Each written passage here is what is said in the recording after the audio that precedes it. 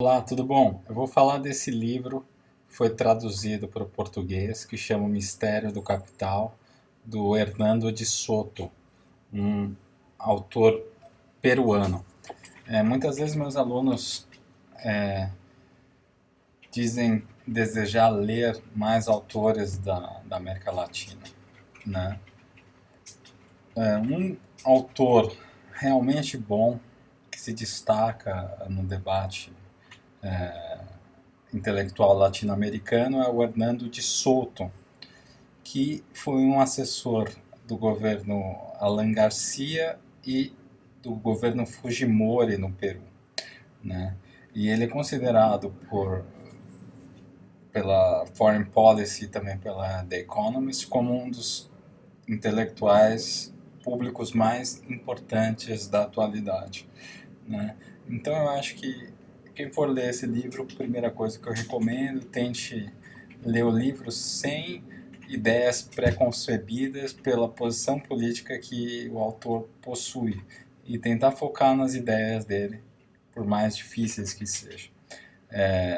Separar as ideias da ideologia do autor, né? Apreciar o livro pela própria ideia dela, do livro. Então, o livro faz uma pergunta clássica, né, que é bem interessante. Por que o capitalismo dá certo em alguns países e não dá certo em outros? Né? Ele dá uma resposta similar ao Douglas North, Coase, né, que fala que a proteção à propriedade intelectual é importante para o desenvolvimento econômico.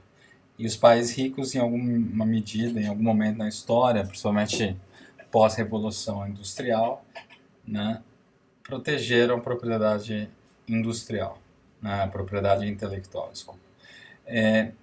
E nos países em desenvolvimento, né, e isso eu acho que é muito claro, existe capital, né, os pobres têm muito capital, mas nem sempre eles têm os direitos de propriedade. Então, se você vai numa favela, por exemplo, as pessoas moram em uma casa, um barraco, que seja, e só que não têm título de propriedade. Então, elas poderiam ter um capital para investir mais na sua residência, né? Mas elas não fazem porque elas sabem que em algum momento elas podem ter a sua casa tomada ou invadida, etc., por uma ordem judicial, né? Então, o argumento dele é a gente tem que começar a dar títulos de propriedade para essas pessoas e colocar elas dentro do capitalismo e começar a taxar elas ainda que pouco, né? Para elas contribuírem, né? Elas gerarem incentivos para que elas melhorem as suas vidas, os seus bens e também retribuam para o Estado.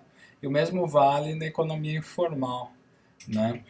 Em vez de colocar largos setores das sociedades em desenvolvimento à margem do capitalismo e permitir eles trabalharem na informalidade, criar sistemas que essas pessoas que trabalham na economia informal passam a ser legalizados e ser taxados, né?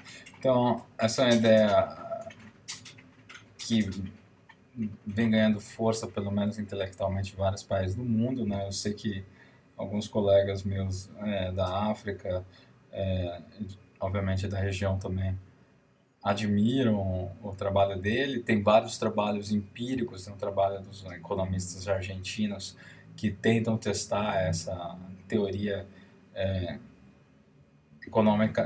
econometricamente na Argentina, né? Então, é uma ideia bem interessante que ainda está em debate e serve para o debate de políticas públicas, né? Para, ao invés de marginalizar essas pessoas, começarem a taxar. Eu acho que também é interessante andar pela região, ou Peru, ou Bolívia, ou mesmo Brasil, a gente vê que realmente tem um pouco de verdade isso, né? Mesmo sem estudar o tema, mas só de observar, você vê que as cholas no Peru, às vezes elas têm bastante capital, né? Só que elas não necessariamente gastam ou consomem do jeito que as pessoas, o restante da população, né, a classe média, consome, né? Então, eu acho que é uma ideia interessante que vale a pena ser discutida. Por isso que eu recomendo esse livro, O Mistério do Capital, que é um importante intelectual da região, né? Então, até mais. Abraço.